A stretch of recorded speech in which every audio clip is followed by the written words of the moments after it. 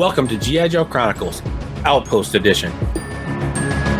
I trust your mission was equally well executed. I want a stone cold righteous attention. Militarily speaking, it's only fair to say that Cobra Commander is a world-class buffoon. Welcome to G.I.Joe Chronicles Outpost Episode 11. I am Jim Meal, also known as Jim the Joe Junkie. Over the course of this podcast, we intend to chronologically discuss the toys, comics, cartoons, and many other aspects of G.I. Joe, a Real American Hero, which is my favorite pop culture subject.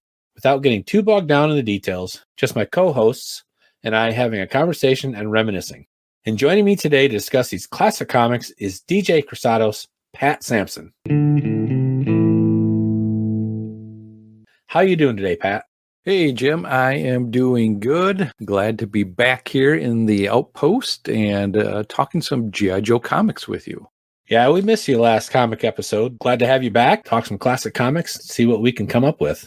But before we do that, are there any special missions declassified enough that you can share them with us? Well, there is a special mission that I did go on recently.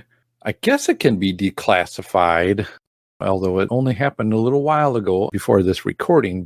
Recently was able to get in some, exercise or some additional training. I was able to, with my family, we went on a excursion, and where we went to, we were able to do some practice our swimming, our sliding. I also did a big bridge that crossed one mountain to another mountainside. And right in the middle, there's about 5 different pieces that were all glass that you could look down if you wanted to. I looked down and then I just kept walking, holding on to the sides of the other cables. But I survived it and I made it. So yeah, had a little family vacation together and it was a good time. How about you? Pretty good. It's typical West Michigan summer here. We just came off of the 4th of July weekend and we just do some grilling, went to Michigan's Adventure for a day, a couple days actually. We got season passes, so we go there, and when it gets too busy, we leave, and then we come back another day. And what is that? It's a amusement park. Oh, okay. We got roller coasters, go water park. It's 10 minutes from my house. Quick trip down the road, and of course, did some flea market hunting and stuff like that. So yeah, there's those items where you don't think you'll ever find them, and I did find one. It was it's from 82 or 83, a walkie-talkie set. Oh, like a handheld. It looks like a backpack style, but I found it at a flea market. Haven't tested it yet. Battery compartment looks good, so I'm crossing my fingers. What's in store for G.I. Joe? Find out in Marvel Comics. This episode, we will be discussing the Marvel Comics issues 20 through 23 from 1984. As we go forward, we will attempt to stay in the calendar year that the comics were released in, but we will adjust the issues that we will be covering if we need to so that multiple issue stories are covered in the same episode. And we may not be reviewing the entirety of every issue either. We will be discussing highlights of the issues we are covering, favorite moments, favorite covers, new characters, characters that paid the ultimate sacrifice, and whatever else we feel like discussing. To make sure we are giving each issue some attention, we will go through and state the issue title, a brief description of the story in that issue, and we will be getting our information from yojo.com and 3djoes.com. So let's begin with a synopsis of the comics. Issue 20, Home is Where the War Is. Writer Stephen Grant, penciler Jeff Isherwood, inkers D'Agostino and Tartag, letterer Rick Parker, colorist George Roussos, editor Denny O'Neil, commander-in-chief is Jim Shooter, and cover artist John Byrne. Wow. Ooh, yeah. That's a Byrne cover? Wow. Yeah. I didn't realize that till I was putting this synopsis together. I didn't know that either. Very interesting. I did get Jeff Isherwood to sign one of my copies way back. All right. So synopsis. What do Joes do when they go on vacation? Of course, they interrupt a Cobra plot to steal an experimental compact jetpack. Clutch travels back to his hometown of Asbury Park. He meets up with one of his high school buddies, Billy Klein, who owns an experimental engine factory. But things are not what they seem when Clutch hears Billy fighting with someone. That someone turns out to be a Cobra Trooper. Clutch tries to fight off the Cobra Troopers and escape, but with only a wrench to fight with, he is soon overpowered by his friend, Billy. The Cobras decide to use Clutch to test an experimental jetpack. the real project that Billy is working on for Cobra.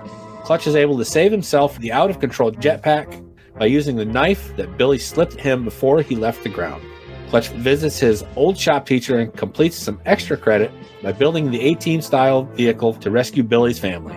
Finally, Clutch calls in the Joe team for backup, and they are soon able to stop Cobra and rescue Billy. All right, I'll take this next one, and it is the one, the only issue 21 that everybody knows and everybody loves. It is called Silent Interlude. The story and breakdowns are done by Larry Hama. Finishes is Steve Laiola. Coloring is George Russos. Editor is Dennis O'Neil. Editor-in-Chief, Jim Shooter. Cover artist is Larry Hama and Klaus Janson. And the synopsis goes like this.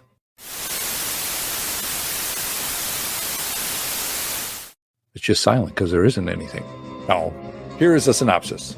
A new and mysterious Cobra operative in a white uniform flies towards an enigmatic castle, but he is not alone. He is there to deliver a prisoner to Cobra Commander, and the prisoner is Scarlett. Soon another aircraft approaches the castle, and a lone figure in black jumps out. As the plane flies over, Destro is alerted, but only a 0.00018 chance of intersection. Destro is not concerned. But should he be concerned? But Snake Eyes defies probabilities and lands on the top of the castle. Meanwhile, Scarlett isn't waiting for someone to come to her rescue.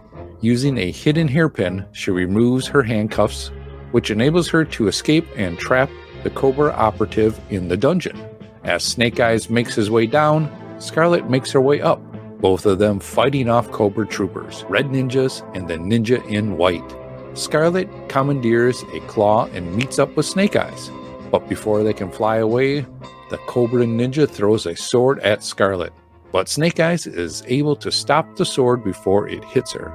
As they fly away, it is revealed that Snake Eyes and the White Ninja both have the same tattoo on their right forearm. All right, I'm going to roll into issue 22, Like Chimney Sweepers Come to Dust. Script is Larry Hama. Breakdowns, Mike Vosberg. Finishes, John D'Agostino. Letters, Rick Parker. Colors, George Russos. Editor, Denny O'Neil. Editor-in-Chief, Jim Shooter. And cover artist, Klaus Janson. Synopsis. The Joes begin to rebuild the pit, their secret base located under the Chaplain's Assistance School at Fort Wadsworth. Unfortunately, not all of the Joes are able to assist in the rebuilding.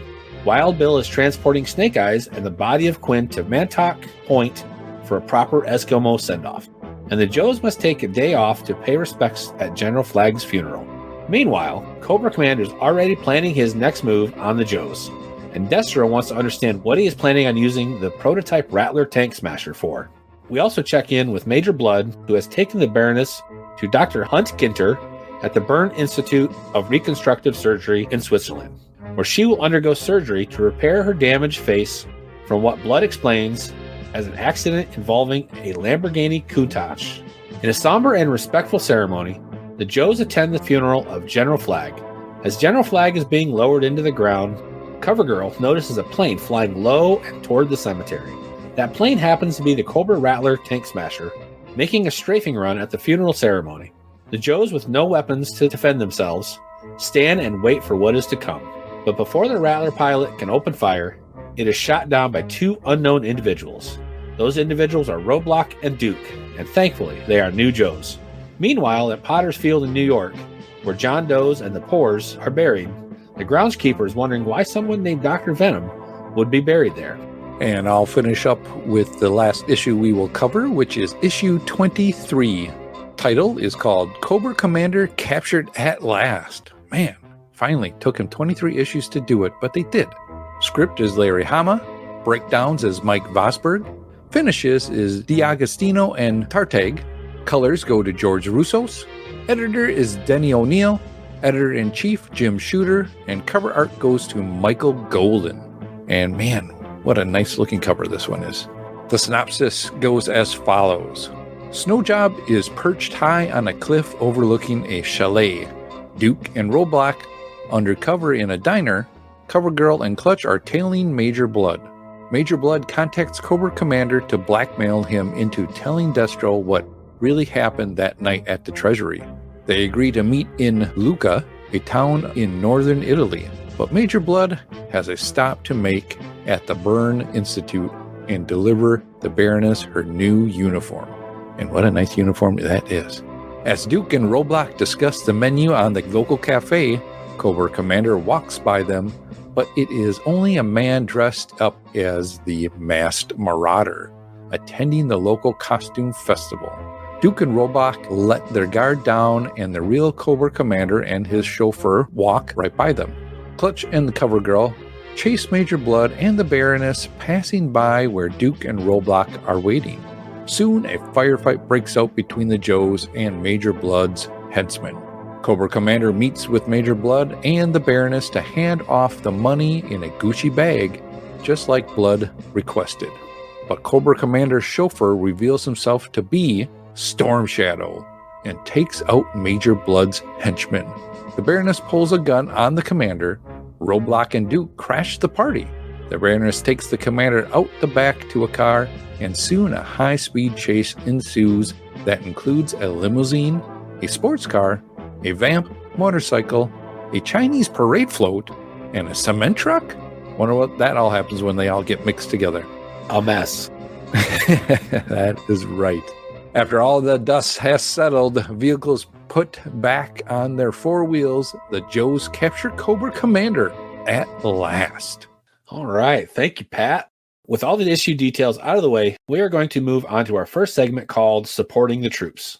Get the big Joes and get them aboard the Skyhawk! Introducing Duke, Roadblock, and Spirit. These 4 issues introduce some heavy-hitting characters, some that will forever change the face of the G.I. Joe toys, comics, and overall brand. So let's each pick one of our favorite characters and how Larry used them in the storyline. To get this started, here are the characters that were introduced during these issues. For the Joes, there was Duke and Roadblock, and for the Cobras, one single character, Storm Shadow. But for Cobra, that's more than enough. Mm-hmm. So, Pat, I'm going to let you pick first. Ooh. Oh, boy, you're actually going to let me go first on this one. Well, I let the guests go first. I do appreciate it. Yeah, I do appreciate that. So, I'm going to pick the obvious one here, and it's going to be Storm Shadow. Man, the minute he showed up in issue 21, and then to see him show up in issue 23 as well, just the history that Storm Shadow brings and the history that he brings to Snake Eyes. So much that he's gone through. What a great way to introduce him. Some mystery in 21 when we didn't even know his name. And then in issue 23, we see that he's Cobra Commander's bodyguard. Basically, there's nobody else besides him that is backing up Cobra Commander, which I think the commander needs because there's a lot of people out to get him, not only on the Joes, but also on the Cobra side. What's your thoughts on Storm Shadow? He's the yin to Snake Eyes' yang. We really don't know at this point the extent of that. I've said this before. I had to go back and collect all these issues. So I already knew most of these characters, but I can't imagine reading issue to issue and these reveals. Yeah. And to have that experience first time would be great. As you said, they don't even say his name. Well, they don't say anything in issue 21. Yeah, true. They don't name him until issue 23. They don't call him by name until then.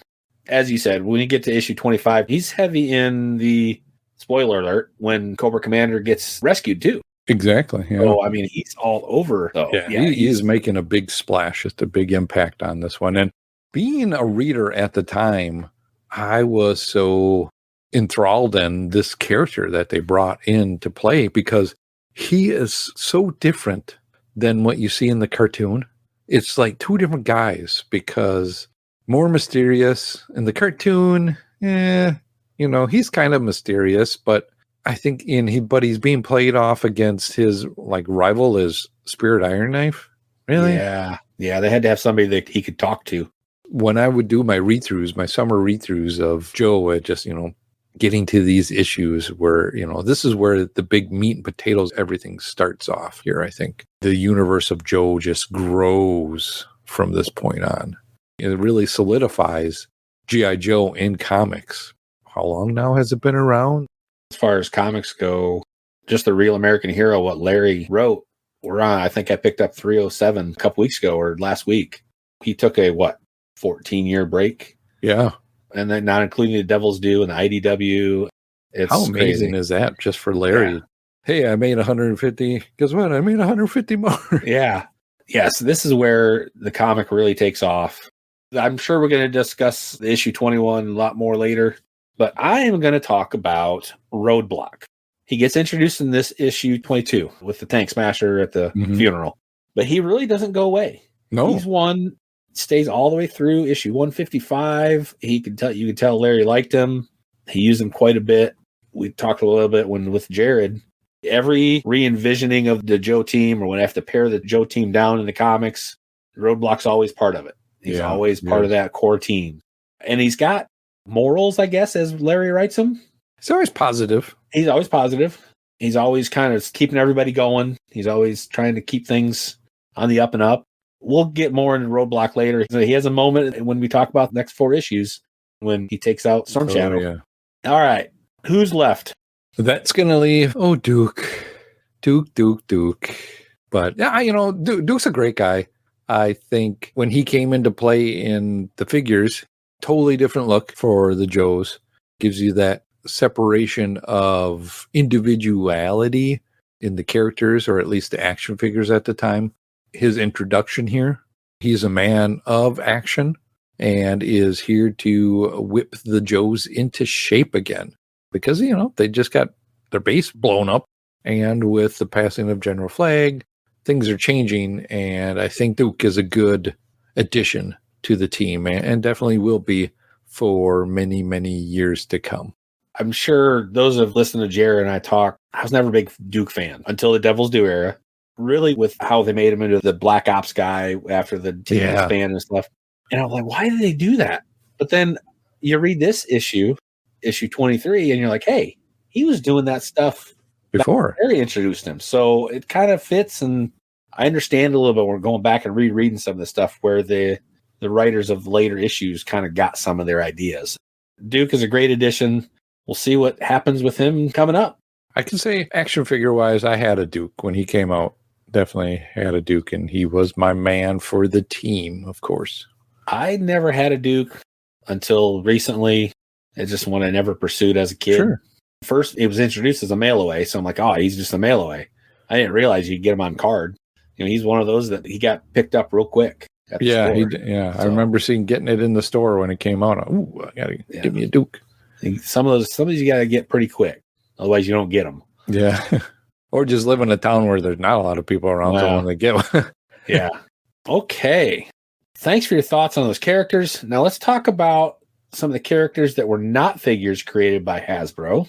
Larry Hama created some non-toy characters so that he could tell more in-depth stories. Some of these characters would be part of the comics, toys, and cartoons for several years to come, and others would be in the comic for a short time, but would have a profound effect on the Joes, as well as being fan favorites to this day. So let's discuss some of these supporting characters we found in these issues. There weren't as many supporting characters as there had been in previous issues, but there were a few that I picked out. I will start by discussing Dr. Huntkinter. Pat, do you recognize that name at all when you read that? I did not. You remember the Snake Eyes trilogy? Oh, that's right. Snake Eyes goes back to get his... This is the same doctor. Same doctor. Okay. Same doctor. It's been a while. Yep.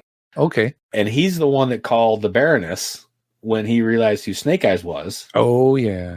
When I went back and reread this, because that's one of those Easter eggs It's again. a deep where cut, made a note, at the bottom of one of the issues that I read in the 90s.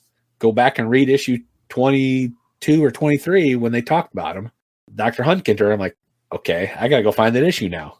So this is one of those deep cuts where he only used them twice, but he used them very well. But really, other than that, those two appearances isn't a whole lot. He helped Baroness with her face, and then he helped Snake Eyes with his face, and then betrayed Snake Eyes. Well, he got his money anyway, and he probably got money from the Cobras too to helping him out. So, which one do you want to talk about? Well, let's go ahead and talk about the Red Ninjas. Just seeing their appearance here in the Silent Castle, that were really cool to see because just to see a bunch of ninjas, a clan, I guess, so to say, a bunch of ninjas just hanging out in a castle. You kind of would expect that now that you see this. It's like, ooh, yeah, really cool place to kind of be and for them to kind of be hanging out and doing some training. But then to see, they eventually kind of come back with Ninja Force. Pretty cool. Great to see just some basic, foot soldiers in a way. But, Cobra's got to have that team of specialized, staff members that can kind of handle that stuff. In the issue 21, if the Red Ninjas hadn't been there would have been a lot more Cobras that Scarlett and Snake Eyes took care of. I'm going to add one to this list, Pat, because we've done it in the previous ones where we added Sierra Gordo and Springfield as a character. I'm going to add the Silent Castle. This is a place that we don't really visit again for a long time, but it is definitely one that has got its place. When you say issue 21 or the Silent Castle, you know what you're talking about. It's in G.I. Joe lore. As I've learned in this book, the history of issue 21, there are so many times it's brought up that you just don't even think about it anymore. Issue 21 was the first time you saw it, and it was very mysterious. Well, just that first splash page on issue 21, where you do see like that full castle sitting there with the snake on top and just the glider coming into it. Man, what a neat looking building.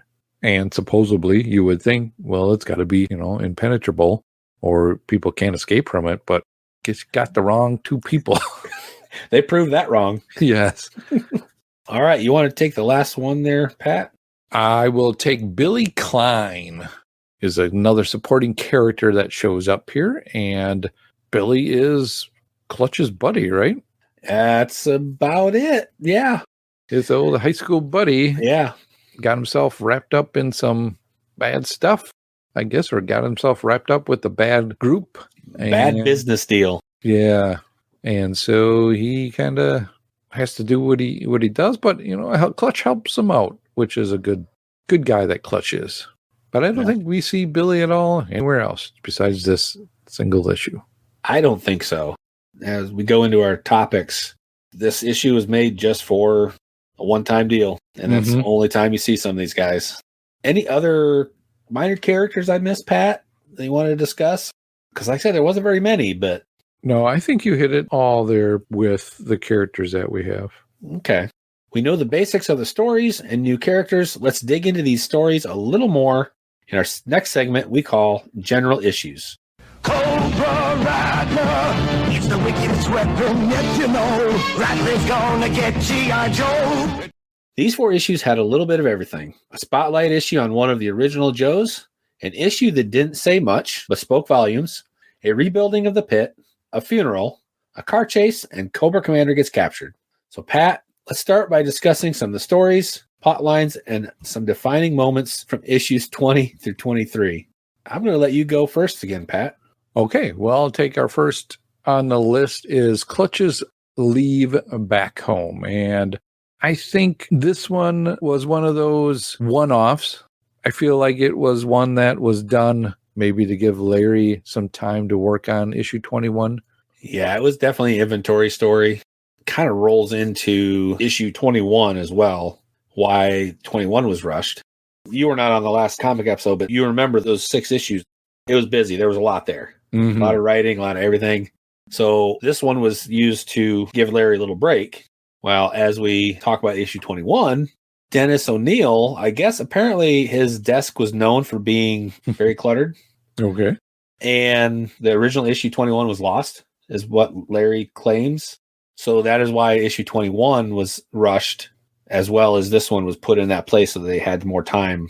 Oh, okay. So yes, it was definitely an inventory story to keep the book on schedule.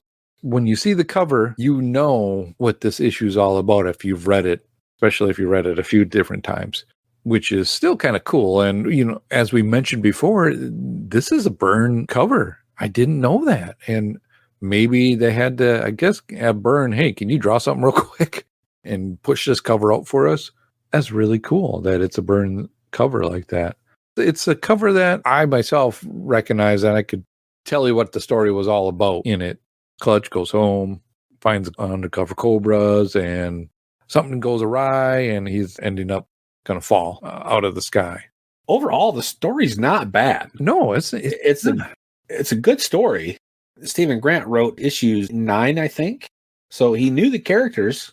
This issue is packed in between issue 19, which was the end of the big battle, and then issue 21. So it gets kind of sandwiched in there and it gets a bad rap for it's just issue 20 in between two great issues.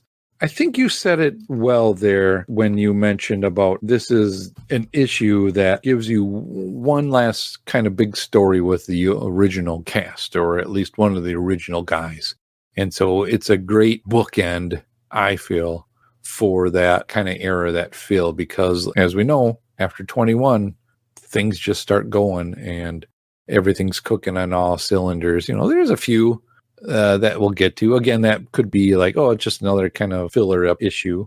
Hindsight, looking at this now, you can see that to me, it felt like a good way to close out that bookend of that first 20-some issues. With it being an inventory story, how long can you hold on to those? Yeah. Before, the characters are gone. Yeah. Everybody's like, who's that again? So I think it was a good time, as you mentioned, to use it because it looked to me like it was written in 83 because you had Gung Ho and Wild Bill and the Falcon Glider. So if you get too much past this time, you're kind of using characters that aren't relevant anymore. Yeah. Yep. Or you have to do create a flashback page to start the story out. I've seen that done before too. It's like, oh yeah, this is an old story. They just put that flashback page.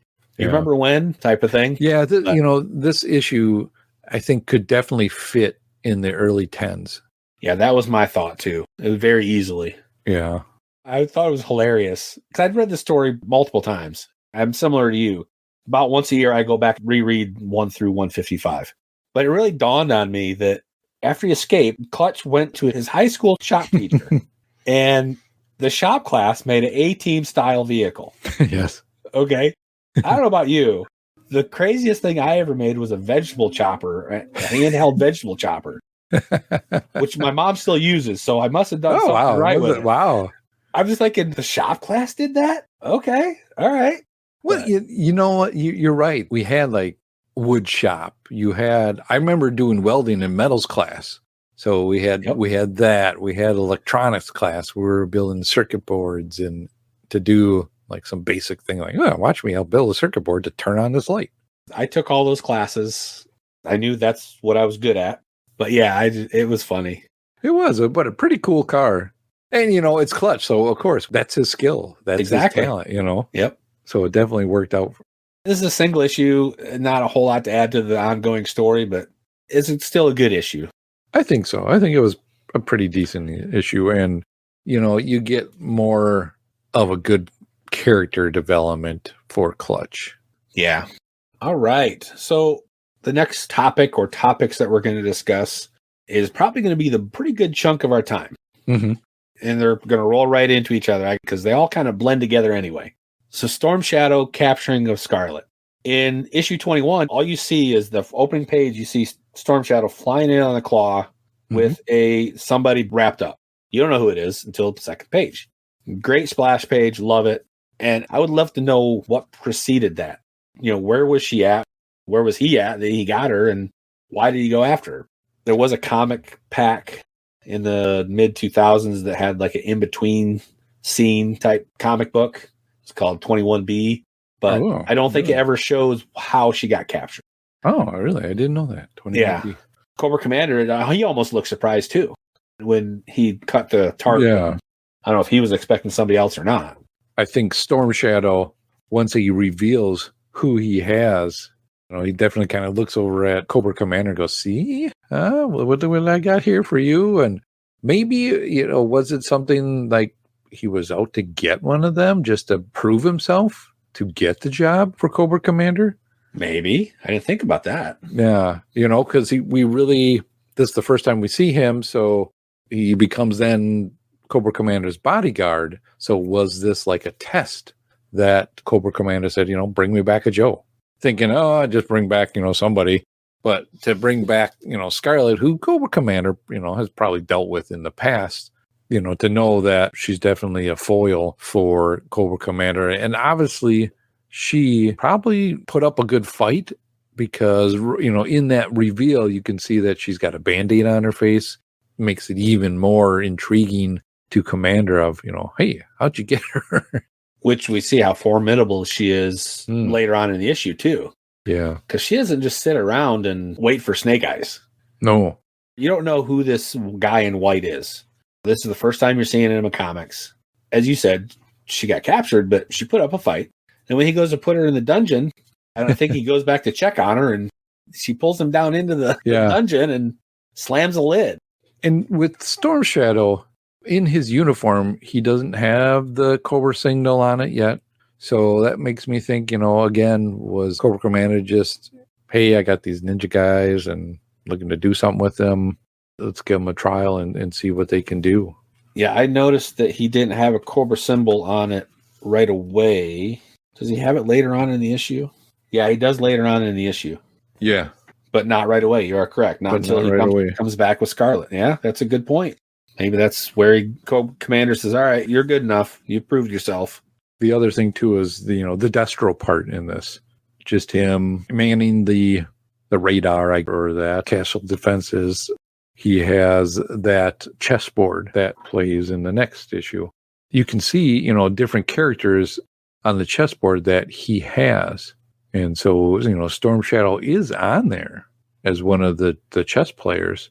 But you also see he's removed Quinn. I'm assuming that's Scarface. Looks like Scarface, General Flag, obviously, and Baroness are all, on the side, on their backs down. Of course, he's looking at the Baroness in her new suit, too, Yeah, how did he know that? I don't know. well, maybe that was his dream. Is like, hey, maybe I didn't like her old uniform, but I'm going to make this little action figure statue the way I want to make it. Now, you can tell he's still pining over her. He's missing her. He thinks she's dead.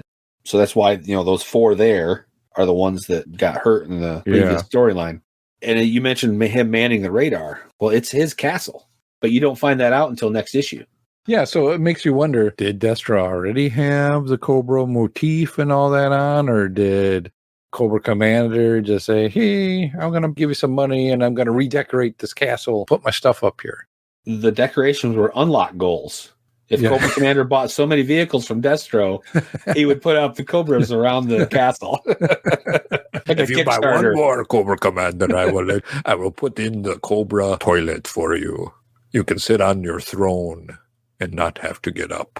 Well, that wouldn't be bad sometimes.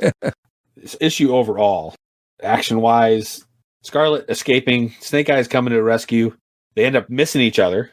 And then what I find funny is that Scarlett actually rescues Snake Eyes because she comes in with a claw, and gets him, and then they fly away after Snake Eyes stops the sword blade and all that stuff. Again, Larry Hama, he always tells these stories where things are always moving. You really got to read them twice. This guy did this, and this guy did that, and then moved over to here and did this, and even without words, he can tell that type of story. Yes, definitely. This is such an eye-catching and iconic issue. Just for the layouts and the drawings, the story within the pictures itself. Yeah. Man, every page looks great. Yes. And the action scenes, and there is, like you said, there is so much different action going on in just about every page that, this was one that I wished they would have made a cartoon out of or, turned into an animated. It didn't even need to have any words in it. I would want to watch this play out. 10, 15-minute one. It would be really cool to see.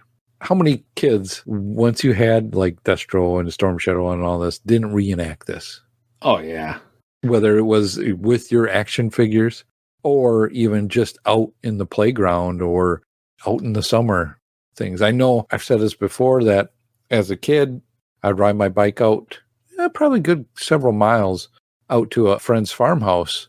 And that's all we did because they had a big barn and just big yard around there. And we just played Army, we played G.I. Joe and we were reacting some of these issues. When I would visit my mom and dad were divorced, I'd visit my mom and I would bring my G.I. Joe stuff to her house, a different environment, different locale. And I would do similar stuff. I wasn't into the comics, so I would reenact the cartoons. Okay. Yeah. So, similar type of thing. I didn't even know this thing existed until after I started buying comics. And I wish I would have known a lot sooner. Now, what do you think of the reveal at the end? The tattoo reveal. Oh, boy. Just that last panel. It's a 3-panel shot, full page, seeing Snake Eyes tattoo, and then you see Storm Shadows. And it makes you go, what? What's going on here? Why do they got the same stuff on their arm? And it's cool. So mystery, and the wrap that he has around his arm, just Storm Shadow, and it's just, kind of whirling around in the wind, and gives me goosebumps just looking at it. What if I told you that was a afterthought of Larry's? I would probably believe that. Knowing Larry, right? And how he writes. I heard this before in one of his interviews. The way the story went, where each person was injured, the wrap coming off Storm Shadow's arm, he literally thought, would it be cool if they both had the same tattoo? And what a whirlwind that set off just by an afterthought. Yeah. Now, 5 issues later, I got to write an origin story. And then that's the theme of the whole comic book run. What a incredible moment or incredible thing to do, that you just opened up, like you said, a big storyline that is continuing to be developed instead of a one-off, like, it's, 3 issues and it's done. Here's the background. We're all done with this. No, there's still just so much. It just grew into so much more. And as a kid reading it too, it's like, oh man, this is so good. It just, I know Larry said before that he writes page to page, but back of his mind, he had to have had something that he wanted to do with Snake Eyes. Because issue 10, they revealed a little bit of his past when he was in Brainwave Scanner. And then, this, and then going into issue 26, 27 and on. So he had to have some idea that he wanted to do something with him, but he wasn't sure what it was. I think you're right. Yeah. Something was there that he wanted to do. Did he know it was going to be this? Maybe he figured, now's the moment for me to kind of, sprinkle this in. Or I'd be interested to hear what you find in that issue 21 after action reports. Well, I've got some stuff. I want to make sure that we cover the storyline before I go into some of these things that issue 21 created decades later. I want to make sure you're good with the storyline. No more you want to discuss. And I've got some things that I can lay out. We've talked about issue 21. Others have talked about it. If you're listening to this, you definitely know what 21 is, what it's all about. The artwork, again, really cool. You mentioned the artwork. Larry Hama wanted to be an artist to begin with. And then he couldn't land a job as an artist, so he became a writer. I've got a sketch of his. I got it back in 2016. Met him at a Comic-Con up in Traverse City. People know him for his writing, don't realize that he's such a good artist. Sure. Yeah, exactly. Yeah. Oh, well, but that makes sense, though, too, because he has that skill as a writer that helps him do his layouts and what he wants to see then from, the artist-wise, and vice versa. Having that skill, too, he can help with his writing. And I think when Larry is clicking on all cylinders with this, it just shows through this series and some of the other, series that Larry has done. He's most famously known for the G.I. Joe run, but he's done so much more. It's funny. When I started buying G.I. Joe, I started going in the comic book store just to get G.I. Joe. Then I'd pick up other issues here and there and, this and that. And I'm like, One day I just picked up a Wolverine comic book from the mid-40s issues. Okay. I'm reading it. I'm going, man, this writer is great. The writing style is familiar. And I look, I'm like, well, no crap, because it's Larry Hama. I think it was the late 40s when he was kind of laying out some of the Wolverine's past and stuff. It's amazing the characters that he has actually touched. Yes.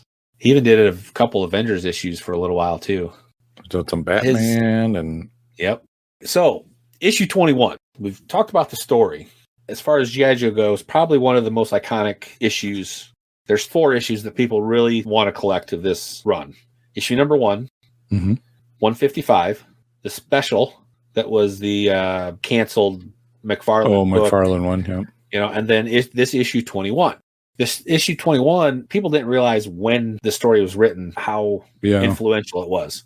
Some of the things that in the G.I. Joe run later on, there were some more silent issues or stories, I guess. Yearbook 3 had a silent story when Scarlett and Storm Shadow rescued Snake Eyes from the Cobra Consulate in New York.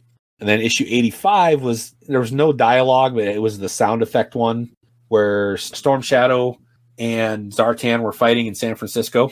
Oh, okay. And then as G.I. Joe comics go on, Devil's Due had a silent issue 21. You guys covered that on G.I. Joe Chronicles. Mm-hmm. There was a IDW issue, G.I. Joe Orange number 19. And then in IDW's Real American Hero run that Larry Hama wrote, there was 214, which is the Death of Snake Eyes, and 275. And this is where it gets confusing. I don't know how much of the IDW run you've read. I have not read a lot of that run yet. That is one run I need to go through. Okay. So at one point, Snake Eyes dies, that's spoiler alert. Yeah, I've kind of gotten the gist of, some of the major points through all that. And he's replaced by Wade Collins' son, Throwdown. 275, they rescued Throwdown, and that was a silent issue. Now, this silent dialogue and storyline reaches past just the G.I. Joe stuff. Batman 433 was silent. As I was going in to pick up the Devil's Due comics, I remember that Marvel did a 1 month where all their titles were silent. It was called Enough Said. Yep. I don't know if you remember that or not. There's 24 titles that were zero dialogue. And it was based on what Larry Hama did in issue 21. And you had mentioned wanting a cartoon. Mm-hmm. And I know you've seen it. G.I. Joe Retaliation, the mountain scene with all the red ninjas, Jinx and Snake Eyes attack Storm Shadow in the mountain. That was inspired by this issue 21. Okay. When you're watching it, you don't realize that, there's no words, just sound. There is so much information in this history of G.I. Joe number 21 by After Action Report. I got it about a week ago. There's no way I could have read all of it. Any of those After Action books, they're all available on the website, I believe. Yeah, I think that they are. And I think Josh Igamine does a great job in putting these things out. I do need to get them for my collection just to have all that extra information out. And, now that we're older, we like that little more minutia, that documentary series of things to watch. And, how was this made or how this came about? Be cool to have. So I think we've talked about issue 21 quite a bit. Yeah, I think so too. I mean, it's an iconic one. Everybody knows the story. Everybody knows the art. So what are some of the other things from the other issues that interested you, Pat? With issue 22, I kind of like the beginning of what's happening with the rebuilding of the pit. The thing that stands out to me is you give me a cutout page of a building, somebody's base and all that. Oh man, I'm all in. We had that in the first issue with the pit. Now you get what the new pit's going to look like. Oh, that's one that you want to put into a poster and have that put up somewhere. That was a cool thing to see. Yeah, I loved seeing that. I remember staring at, like you said, issue 1 and this one, because I had the Tales of G.I. Joe. Yeah. So it had the map in there or the layout of the pit, just like issue 1 did. And then I saw this. I remember staring at this thing for hours going, oh my goodness, what is that? What is that? Why is that there? Yeah. And just thinking again too, man, if I could build a base like this and with my action figures and put them in. Oh. One of my big customizing goals is to make a pit. Oh. Like action figure size? Yes. To fit to fit the 3 3/4. That's what I'd like to do.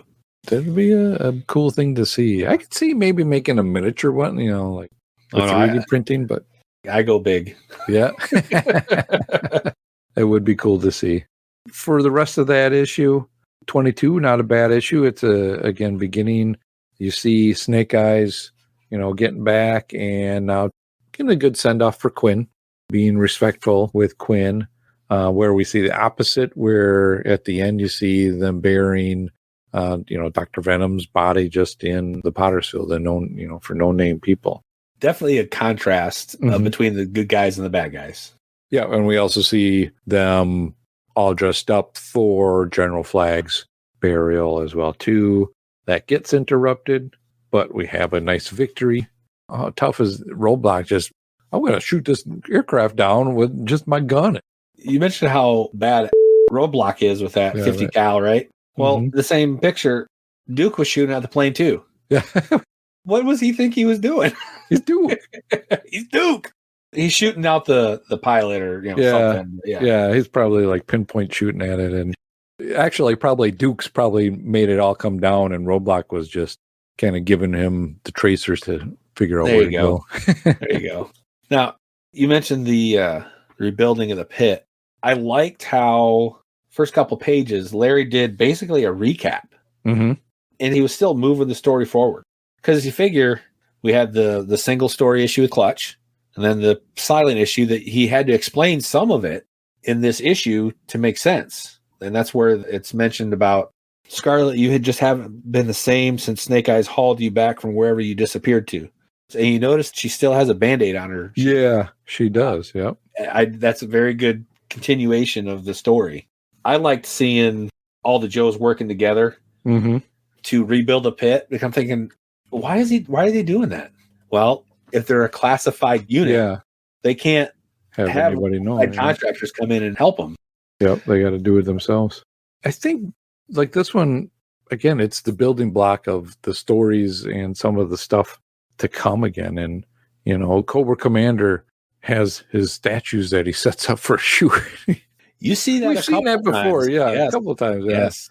And we find out, Baroness, she survived, and she's going to get her face redone and going to come back.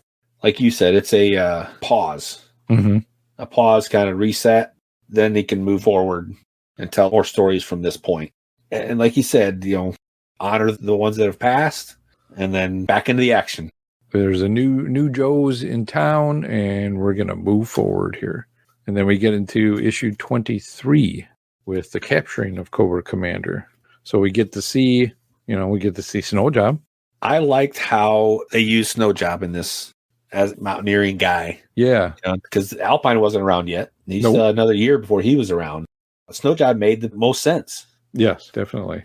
I like that. And just you see now Roadblock and Duke kind of take control of the team, just kind of leading the team now while Hawk is still, they're still doing some rebuilding of the pit as well. But, business has to continue on because, Cobra doesn't stop just because, we got to wait till they build back the pit again. Yeah, just another fun issue. We find out that, Storm Shadow is going to be the bodyguard for Cobra Commander. Officially, yep. He's just a chauffeur to begin with. And then once action starts happening, he jumps out and starts knocking people out. I liked how well CoverGirl and Clutch worked together. Mm-hmm. They worked very well together. Surprisingly, Clutch being the guy that always hits on the women.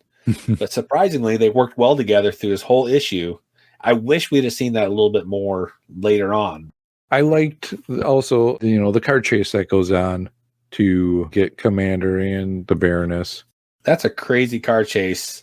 Up and down the mountain, 4 or 5 different kinds of vehicles, a float, a cement truck, a motorcycle. It's just all over the place. It's crazy.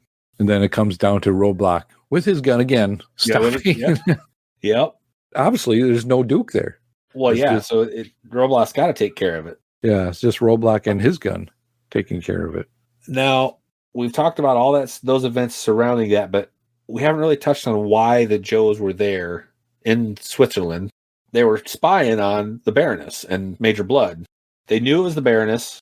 They knew why he was there. And when the Baroness is revealed, Major Blood is, let's say, surprised, or what's the best word for that? Overwhelmed with the reveal. This is the year that she got the figure. Previously, Larry Hama wrote her in issue 1, and she's been a character throughout the whole book. He probably had to write something in there of why she got a new uniform. Mm-hmm. So this was his way of doing that. I think maybe because Blood did see how maybe disfigured she was when he actually got to see her face all back to the way it was before, because she kind of looked the same. Yeah, I thought the same thing too. I'm like, she didn't really look that different. But like you mentioned, maybe it was so bad that he was surprised at how well it turned out. Yeah. I didn't think about that.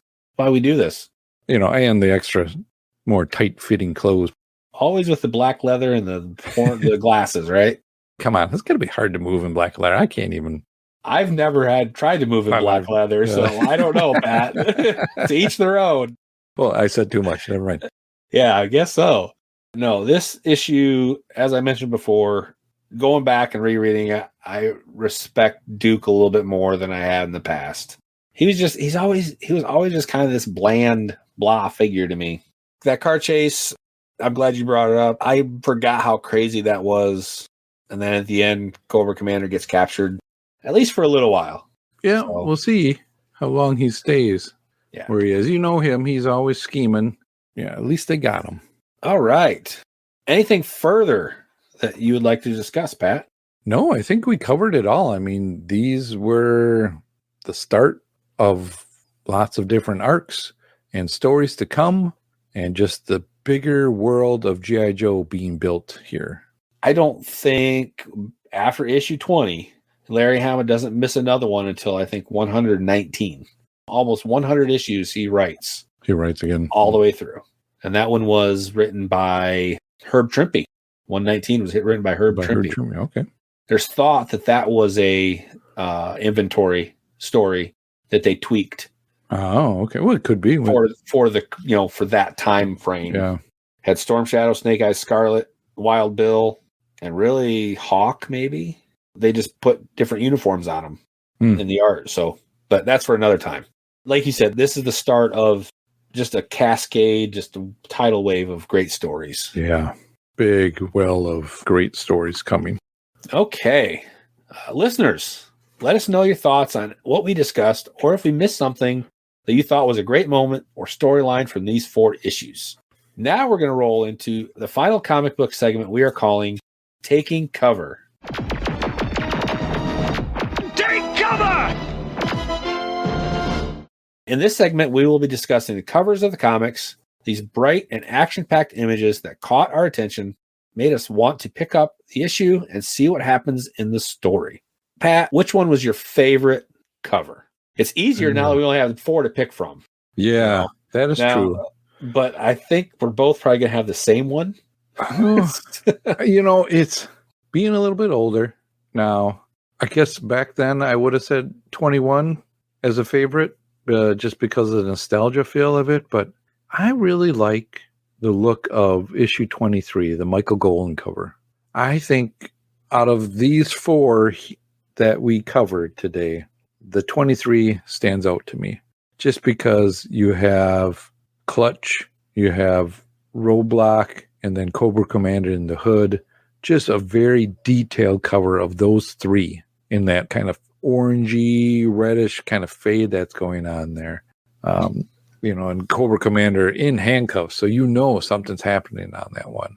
I gotta go with that one right now. As much as I really enjoy issue 21 and that cover of Snake Eyes with the Uzi and that, I'm liking 23. Can we have a reading rainbow, or is that we can? We can. Okay, well there we go. The looking rainbow is same sentiments. Okay. Issue 21 is great, but that Michael Golden cover on 23, I would hang that up in a heartbeat. And it does a good job, as we've discussed before, of that is what happens in the storyline. They capture Cobra Commander. It's not one of those deep fakes where, we're going to tease it and they might capture him. But no, they actually capture him. Nostalgia, 21 all day long. But off of art and good quality, 23. That's scary. I was thinking you were going to go with 21, but 21 has its moments. 21, it's great, but I think it's homage so much that it loses some of its appeal. That's one of the sections in that book, is how many people have copied it. All right. We are now going to move on to our final segment we call Military Surplus. Now I know. And knowing is half the battle. G.I. Joe! Here at the Outpost, on each episode, besides discussing the toys, comics, or cartoons of the highlighted year, we discuss a peripheral item related to G.I. Joe. We are going to discuss some school supplies today. It was so important to not only have supplies that you could use, but they had to be stylish and cool. So, Pat, let's discuss how cool we would have been if we showed up on the first day of school with these amazing G.I. Joe supplies. We'll be using yojo.com and 3djoes.com for this segment. So the first one we're going to look at is a pencil sharpener from 1983. And it is, and you can find these in the collectible archive on yojo.com. Just go down through there. There's a school supply section. And while you're there, just start looking through everything because there's a lot of stuff there. You can get lost in that thing.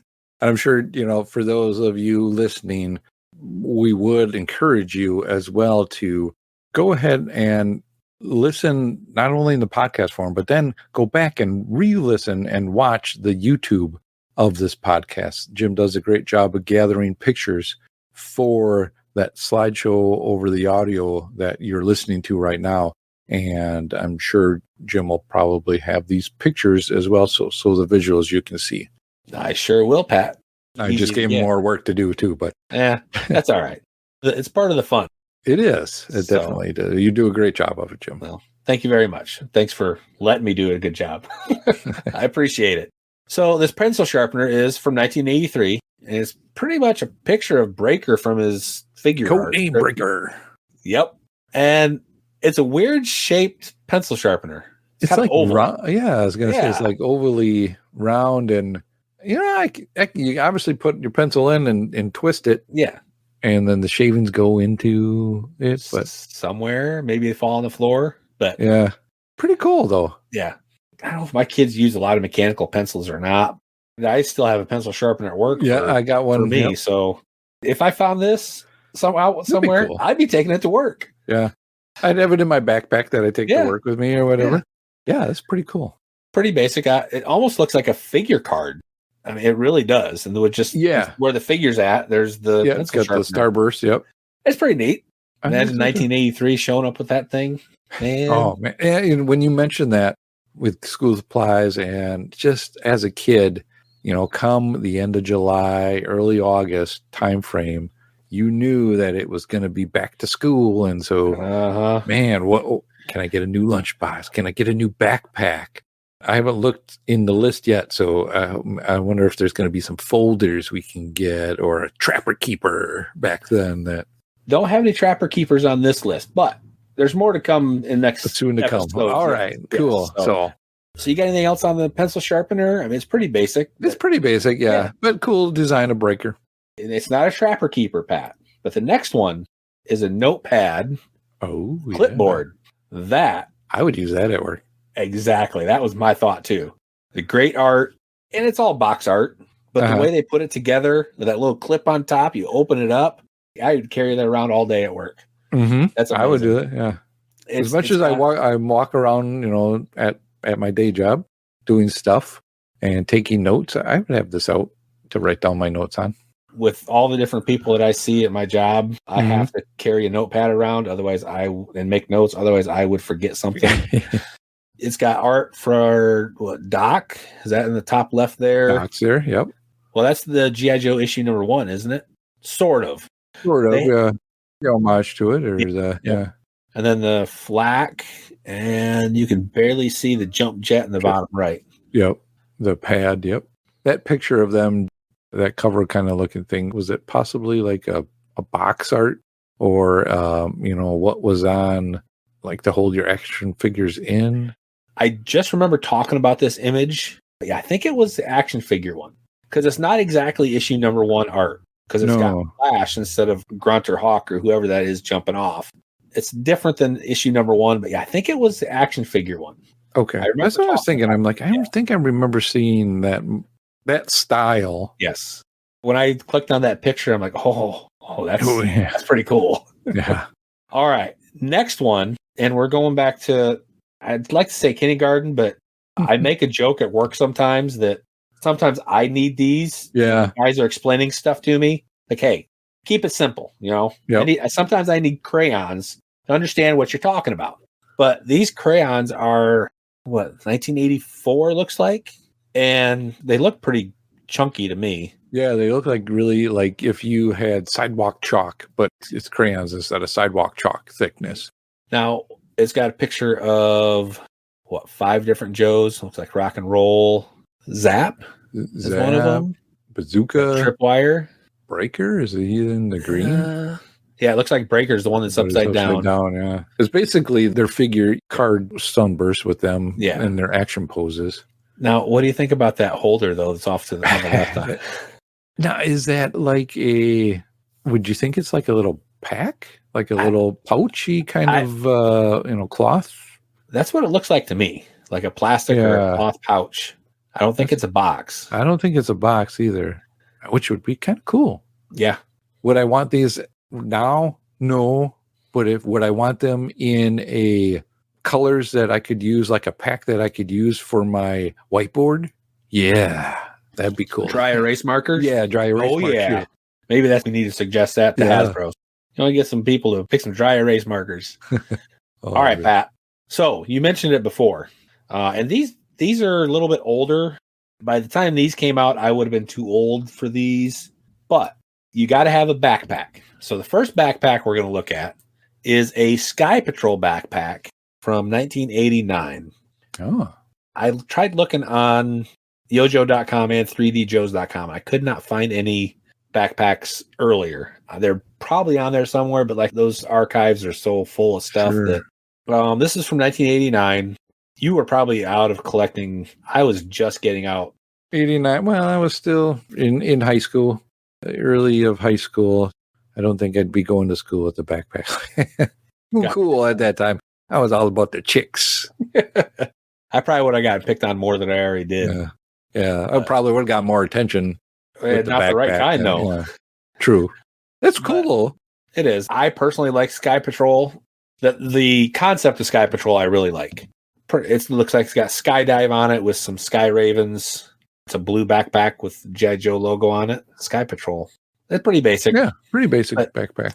Again, I think we would have been aged out by then. Mm-hmm. I think we would have been aged out by this next one as well with the Crusader on it in 1990. Yeah, we would definitely been aged out because I was in high school at that point.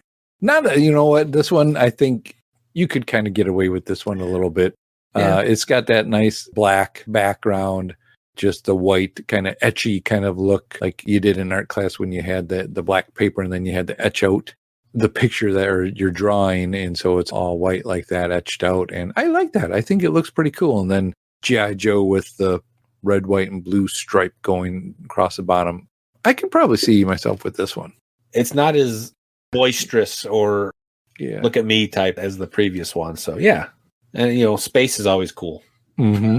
All right. Same thing I ask every time. Which of these, looks like we covered 5 of them today because they were pretty easy.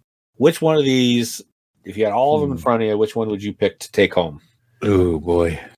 I would want 2 things. Okay. I would take that backpack. Okay. Because I think I could definitely use that, go on vacation, putting my, games on the go in there, my handhelds. Could probably put a laptop in there now. You could probably put an iPad, things like that. All your electronical stuff I would put in there to carry around and be cool like that. And then, some other dad or somebody my age would see me and go, give me the nod and say, yeah. Also in that backpack, I'm going to be putting that notebook clipboard in there. You got another Reading Rainbow. Woo! Yeah, that black backpack. And I was torn between the clipboard and the pencil sharpener, but I'm thinking, I'd get more out of the clipboard than the pencil sharpener. And like I said, you go through that archive and I have to remind myself, I'm there for a goal to find stuff to talk get about. Down the rabbit hole, though. Huh? Exactly. But there are many, many more school supplies for us to look at later. Don't know if it'll be next episode or we'll get back to them. So listeners, let us know your thoughts on these school supplies and if you had any of these in your school days. So Pat, thanks for stopping by again. And do you have any closing thoughts?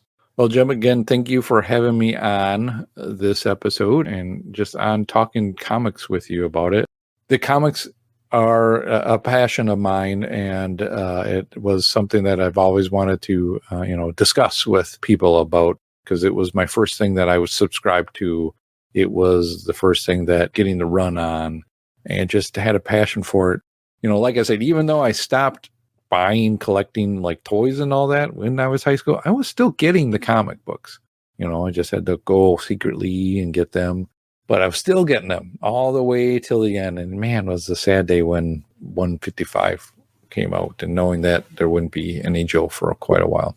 Oh man, just these 4, I'll call it issue 20. These 4 issues, I keep saying, is the benchmark here. This is where things turn, and so many things come out of the start of these issues for decades down. It seems like we say it quite often every episode, but it just keeps building. And that story, just the way he keeps telling it, and he's got a whole new batch of characters he can tell story with every year. But he finds a way every time. And then he's got his favorites. And we'll see that the Roadblock, Stalkers is one of his favorites. Snake Eyes, Clutch he uses. He takes a break from Clutch for a while, and then 80s and 90s he uses them quite a bit again. So, but yeah, great 4 issues. Even the issue 20 that people kind of poo-poo about. Still a great story. Still a good story. Still a good one-off.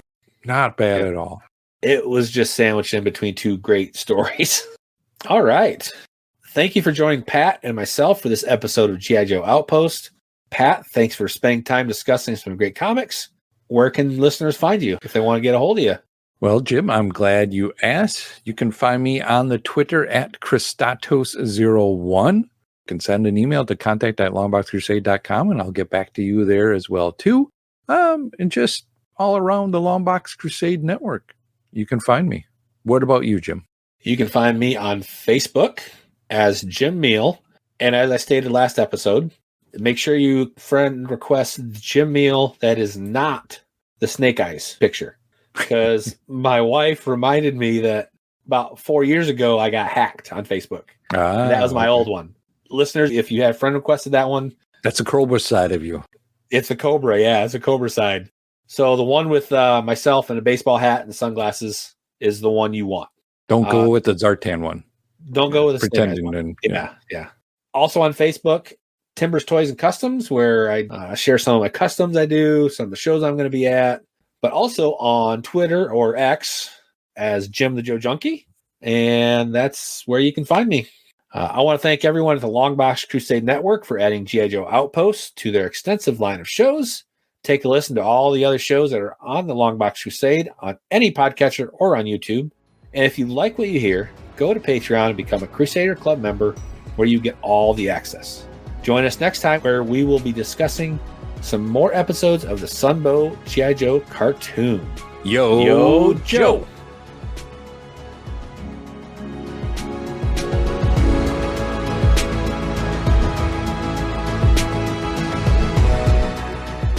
The music themes for this show are done by musical genius Joe November. Please check out his SoundCloud at Josephline99. That's Josephline99. You will not regret it.